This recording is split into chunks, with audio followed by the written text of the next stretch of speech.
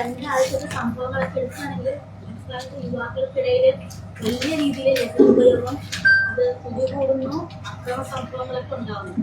വിദേശയെ പോലുള്ള യുവജന സംഘടന ഇത്തരം പ്രവണതകൾക്കെതിരെ എന്തെങ്കിലും നടപടി എന്തെങ്കിലും ഈ ആന്റി ഡ്രഗ്സിന്റെ പ്രോഗ്രാംസോ അല്ലെങ്കിൽ എന്തെങ്കിലും സംരക്ഷിക്കാനുള്ള ഒരു പദ്ധതി?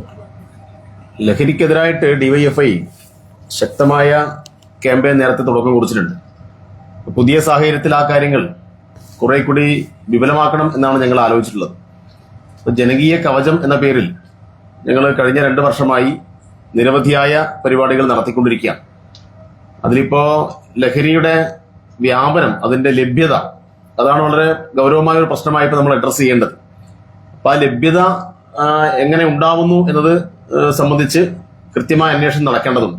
അപ്പൊ അതിലിപ്പോ ഞങ്ങൾ ആലോചിക്കുന്നത്, ഞങ്ങൾക്കിപ്പോൾ 25,000-ൽ കൂടുതൽ യൂണിറ്റുകളുണ്ട്. അപ്പൊ ആ യൂണിറ്റുകളെല്ലാം ബന്ധപ്പെടുത്തിക്കൊണ്ട് വിപുലമായ ഒരു ജാഗ്രതാ സമിതികൾ രൂപീകരിക്കണം എന്നാണ് ആലോചിക്കുന്നത്. അപ്പൊ നമ്മുടെ പ്രദേശത്തെ ഒരു കുഞ്ഞിന്റെ കയ്യിൽ ഈ ലഹരി വസ്തുക്കൾ എത്തുന്നുണ്ടോ ഇല്ലയോ എന്ന് ആ പ്രദേശത്തുള്ള ആൾക്ക് ഏതാണ്ട് മനസ്സിലാക്കാനൊക്കെ കഴിയും. അപ്പൊ അതിനെക്കുറിച്ച് കൂടുതൽ അന്വേഷണം നടത്തുക, അത്തരം കാര്യങ്ങൾ എക്സൈസിന്റെയും എൻഫോഴ്സ്മെന്റിന്റെയും ശ്രദ്ധയിൽപ്പെടുത്തുക, ഇത്തരം കാര്യങ്ങൾ കുറെ കൂടി ജാഗ്രതയോടെ നിർവഹിക്കാൻ ഡിവൈഎഫ്ഐ എല്ലാ വിഭാഗം ആളുകളെയും ചേർത്തുകൊണ്ടുള്ള ജാഗ്രതാ സമിതികൾ രൂപീകരിച്ചു തുടങ്ങിയിട്ടുണ്ട്. മറ്റൊന്ന് ഇതുമായി ബന്ധപ്പെട്ട പ്രചരണങ്ങളാണ്. ഞങ്ങളിപ്പോ കായിക മേഖലയിൽ ഇത് സംബന്ധിച്ച് ലഹരിയാവാം കളിയിടങ്ങളോട് എന്നൊരു ക്യാപ്ഷൻ മുൻനിർത്തിക്കൊണ്ട് വിപുലമായ പരിപാടിക്ക് തുടക്കം കുറിച്ചിട്ടുണ്ട്. അപ്പൊ കളിയിടങ്ങളിലേക്ക് കൂടുതൽ ആളുകളെ, ആരോഗ്യമുള്ള തലമുറയെ ആകർഷിക്കുക, അവരിൽ ലഹരി വിരുദ്ധ മനോഭാവം വളർത്തുകയും അതിന്റെ പ്രധാനപ്പെട്ട ലഹരി വിരുദ്ധ മനോഭാവത്തിനൊരു അംബാസഡർമാരായി ഇത്തരം പ്രതിഭകളായിട്ടുള്ള ആളുകളെ അണിനിരത്തണം എന്നുകൂടി ഞങ്ങൾ ആഗ്രഹിക്കുകയാണ്. കഴിഞ്ഞ ഒരു ആഴ്ച മുന്നെയാണ് കേരളത്തിൽ 200 കേന്ദ്രങ്ങളിൽ ഫെബ്രുവരി 8, 9 തീയതികളിൽ ജാഗ്രതാ പരേഡുകൾ സംഘടിപ്പിച്ചത്. ആയിരക്കണക്കിന് ആളുകൾ ആ പരിപാടിയുടെ ഭാഗമായി അണിനിരന്നു ഓരോ കേന്ദ്രങ്ങളിലും എന്നാണ് മനസ്സിലാക്കേണ്ടത്. പക്ഷെ ഇനിയും വിവിധ കാര്യങ്ങൾ അതിനെക്കുറിച്ച്, വിവിധ പരിപാടികൾ അതിനെക്കുറിച്ച് നടത്തേണ്ടതുണ്ട്.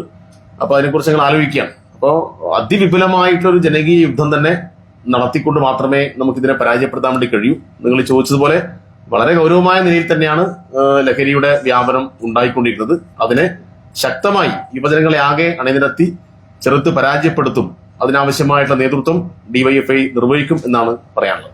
ഒരു കാര്യം പറയാനുള്ളത്, ഈ സമീപകാലത്തായിട്ട് യുവാക്കൾക്കിടയിൽ അക്രമവാസന വർദ്ധിക്കുന്ന വിലയിരുത്തൽ ഈ സമീപ ദിവസങ്ങളിൽ നടന്ന ചില അക്രമങ്ങൾ, ചില കൊലപാതകങ്ങൾ, തിരുവനന്തപുരത്ത് തന്നെ പേരെ കൊലപ്പെടുത്തിയ സംഭവം, കോഴിക്കോട് സ്വന്തം അമ്മയെ മകൻ തലക്കടിച്ചു കൊലപ്പെടുത്തി, അത്തരത്തിൽ അതൊരു ഫ്രീക്വന്റ് ഇടവേളകളിൽ കൃത്യമായി സംഭവിക്കുന്നവരെല്ലാം 30 വയസ്സിൽ താഴെയുള്ള ചെറുപ്പക്കാരായി മാറുന്നത് ഒരു യാദൃശ്ചികതയാണ്.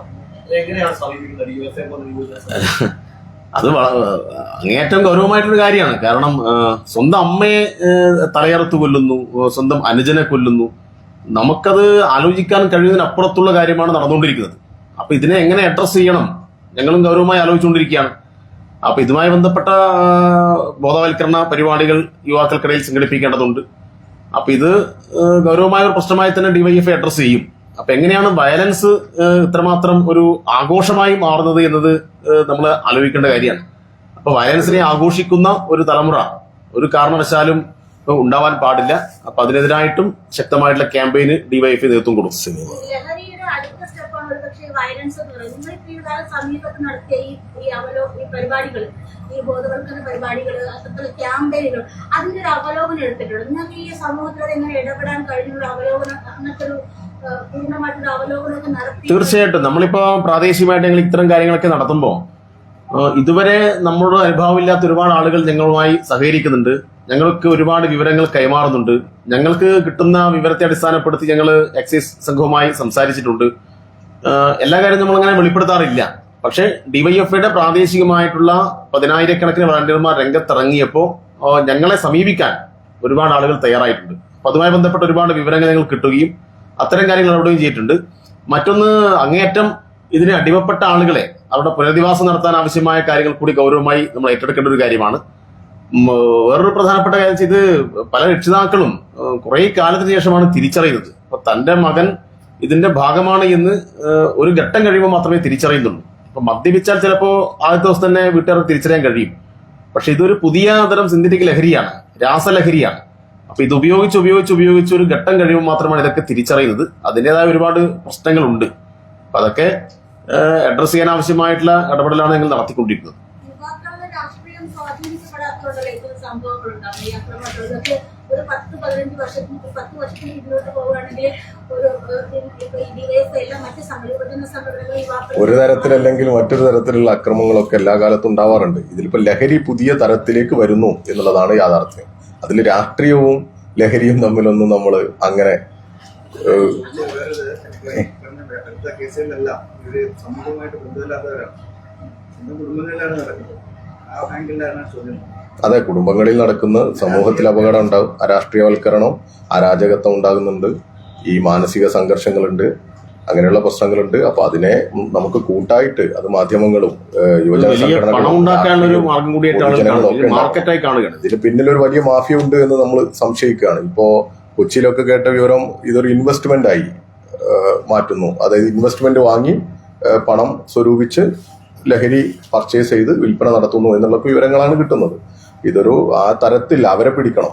ഇപ്പൊ കഴിഞ്ഞ ദിവസമൊക്കെ പിടിച്ച ഇതിൽ ഉപയോഗിക്കുന്നവരെയൊക്കെ നമുക്ക് തിരിച്ചു കൊണ്ടുവരികയും വേണം.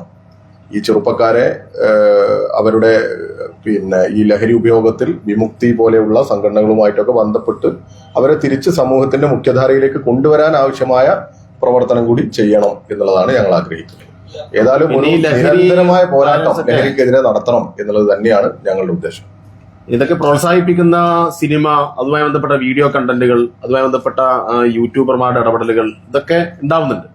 അപ്പൊ അതുകൊണ്ട് മാത്രമാണ് ഇതെന്ന് പറയാൻ കഴിയില്ല. പക്ഷെ അത്തരം കാര്യങ്ങളും ചെറുപ്പക്കാരെ സ്വാധീനിക്കുന്നു എന്നത് കൂടി നമ്മൾ കാണേണ്ടതുണ്ട്. അപ്പൊ അതിലും നമ്മൾ ചർച്ച നടത്തേണ്ട ഒരു കാര്യമാണ്. സിനിമയും സ്വാധീനിക്കുന്നുണ്ട്. സിനിമ കൊണ്ട് ഇതെല്ലാം സംഭവിക്കുന്നതല്ല പറയുന്നത്. അതായത് ഇത് വയലൻസ് ഒരു ആഘോഷമാക്കുന്ന ഒരു തലമുറ, അപ്പൊ ആ രൂപത്തിലേക്ക് ചില കാര്യങ്ങൾ വരികയാണ്. അപ്പൊ അതിലൊക്കെ നമുക്ക് ഉത്കണ്ഠയുണ്ട്. അതാണ് ഈ കാരണമെന്ന് മാത്രം പറയുന്ന കാരണമാണ് എന്ന് നമുക്ക് പറയാൻ പറ്റില്ലല്ലോ. അങ്ങനെ ഒരു പഠനം ഡിവൈഎഫ്ഐ നടത്തിട്ടില്ല. അവർക്കെതിരെ നടപടിയെടുക്കുമോ, അങ്ങനെ എന്തെങ്കിലും മാതൃകാപരമായ കാര്യങ്ങളിലേക്ക് പോകും? ഞങ്ങൾ എല്ലാ കാലത്തും ചെയ്യുന്ന ഒരു സംഘടനയാണ്. ലഹരി ഉപയോഗിക്കുന്നവരെ സംഘടനാ ഭാരവാഹിത്വത്തിൽ ഉത്തരവാദിത്തത്തിൽ നിർത്താറില്ല. പിന്നെ അത് ഉപയോഗിക്കുന്നവരായി കണ്ടെത്തിയവരെ സമൂഹത്തിന്റെ മുഖ്യധാരയിലേക്ക് കൊണ്ടുവരാൻ, ഒരു തിരുത്തൽ പ്രക്രിയയിലേക്ക് അവരെ കൊണ്ടുപോകാൻ ആവശ്യമായ ഇടപെടലുകൾ നടത്താറുണ്ട്. ഈ റീഹാബിലിറ്റേഷൻ സെന്ററുകളിലേക്ക് കൊണ്ടുപോകാൻ ഇടപെടൽ നടത്താറുണ്ട്. അങ്ങനെയൊക്കെ ചെയ്യാറുണ്ട് ഞങ്ങൾ. അങ്ങനെ പരസ്യമായി ലഹരി ഉപയോഗിക്കരുത് എന്ന് പറയുന്ന ഒരു സംഘടന ഡിവൈഎഫ്ഐ തന്നെയായിരിക്കും ഉണ്ടാവുക ഈ രംഗത്തിടപെടുന്നത്. നിങ്ങൾ നോക്കൂ. അപ്പോ ഇതിപ്പോ നിങ്ങൾ ചോദിച്ചോണ്ട് പറയാം, മറ്റേത് സംഘടന ഇത്രയും പരസ്യമായി തെരുവിൽ ലഹരിക്കെതിരെ ജാഗ്രതാ പരേഡുകൾ നടത്തി വെല്ലുവിളിച്ചു കൊണ്ടുപോകുന്നത്? ഞാനതാ പറഞ്ഞത്, ഞങ്ങൾ തീർച്ചയായിട്ടും ലഹരിക്കെതിരെയുള്ള വലിയ പോരാട്ടം ഞങ്ങളാൽ കഴിയുന്ന തരത്തിൽ എല്ലാ ഊർജവും സംഭരിച്ച് നടത്താൻ തന്നെയാണ് തീരുമാനിച്ചത്. ഞങ്ങളിപ്പോ ഇങ്ങനെയുള്ള കാര്യങ്ങൾ ഇടപെട്ടപ്പോ ചില പ്രദേശങ്ങളിൽ ഞങ്ങൾക്കെതിരായിട്ടുള്ള കടന്നാക്രമണങ്ങൾ ലഹരി മാഫിയ സംഘത്തിന്റെ ഭാഗമായിട്ട് ഉണ്ടായിട്ടുണ്ട്. ആലപ്പുഴയിൽ ഞങ്ങളൊരു മേഖലാ സെക്രട്ടറിയുടെ ഓട്ടോറിക്ഷ കത്തിച്ച് കളയുന്ന സംഭവം കഴിഞ്ഞ വർഷം ഉണ്ടായ സംഭവമാണ്. ഈ ക്യാമ്പയിൻ ആരംഭിച്ചത് ഇങ്ങനെ പല വിധത്തിലുള്ള പ്രശ്നങ്ങൾ ഞങ്ങൾ അഭിമുഖീകരിച്ചിട്ടുണ്ട്. പക്ഷെ അതിനെല്ലാം അതിജീവിച്ചുകൊണ്ട് ശക്തമായ നിലയിൽ മുന്നോട്ട് പോകും എന്ന് തന്നെയാണ് ഞങ്ങൾക്ക് പറയാനുള്ളത്. ഈ കാലഘട്ടത്തിൽ ഇത് വർദ്ധിക്കുമ്പോൾ ഇതിനെ ചെറുക്കേണ്ട പോലീസ് സംവിധാനങ്ങൾ കുറച്ചുകൂടെ കാര്യക്ഷമമാകേണ്ടതുണ്ട്. കാരണം ഈ ചെറിയ കുട്ടികൾ സ്കൂൾ തലങ്ങളിൽ പോലും ചെറിയ കുട്ടികളുടെ പോലും ഇവർ വിൽപ്പനക്കാരായി മാറുന്ന ഒരു സാഹചര്യം നിലവിലുണ്ട്. അപ്പോൾ അവർക്ക് അതെങ്ങനെ ലഭിക്കുന്നതിന് അതിലൊരു നേരത്തെ നിങ്ങൾ തന്നെ പറഞ്ഞു റൂട്ട് തേടി പോകേണ്ടതായിട്ടുണ്ട്. അങ്ങനെ റൂട്ട് തേടി പോകേണ്ടതായിട്ടുണ്ട് മാത്രം മതിയാവും. റൂട്ട് തേടി പോകുന്നുണ്ടല്ലോ പോലീസ്.